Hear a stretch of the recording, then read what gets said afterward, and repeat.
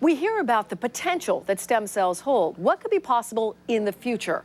Well, tonight, I want to introduce you to Dallas, a Sacramento boy with an incurable condition. He underwent experimental stem cell treatment, showing what's possible now. You just want him to be better, and you just wish you could fix it and take it away, but you can't. Excited over their firstborn, it didn't take long for Cynthia and Derek Hextell to suspect something was wrong with baby Dallas. He didn't open his eyes a lot. He cried constantly, and they kept saying like it was colic.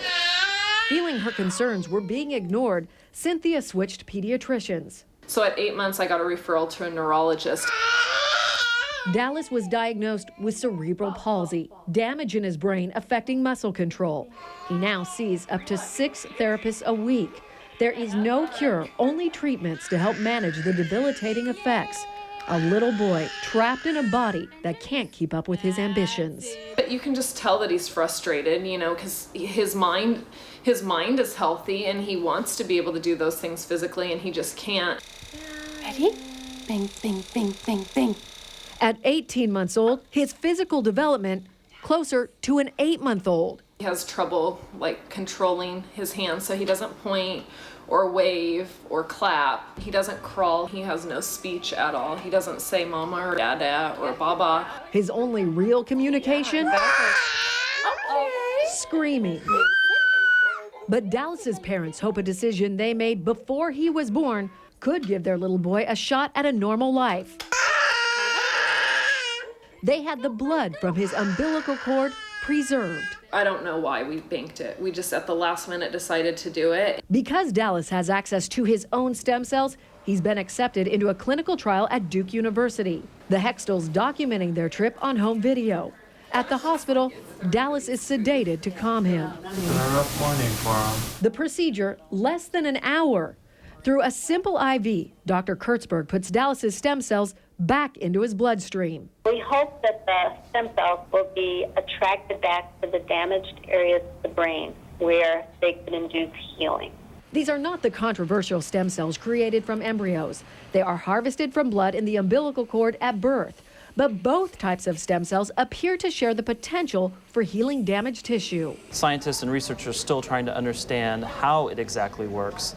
And that's part of the excitement of the research that's going on. Insurance did not cover the experimental treatment, estimated at $12,000. Following the procedure, Dallas was brought back home. The family waiting to see if the cost and their efforts would pay off. They didn't have to wait long. Just 5 days after treatment, Dallas's first word. Followed by waving. Hi. Good job, honey. You learned to wave. Even laughter. That's the best feeling in the world, is to hear your little kid laugh, and he'd never laughed before. Because it was a very quick and obvious change. Put another one in. Yay! Therapists notice the withdrawn little boy, once so easily overwhelmed, now becoming curious. Put it inside. He's more aware of his surroundings, he's exploring, he plays games. 3 months after treatment, the little boy who didn't have muscle control to even crawl now has no patience for a walker. Cynthia and Derek have a new connection to their little boy. That is, when they can catch him. He understands you when you talk to him. He looks at you and listens to you. Oh, good job, Dallas. There is no way to know if or how much the improvements are directly related to the treatment. But for the first time, instead of falling further back in his development, Dallas is now making amazing strides forward. He did it! Good job. Opening up to the world instead of trying to shut it out. He just keeps getting better every day. Yay! That was a good bye-bye. It's amazing, Kris. It really is. The results are just incredible. And the cord blood stem cells, they are currently being used to treat dozens of medical conditions, but in 97% of all births, that cord blood is still being thrown out as medical waste.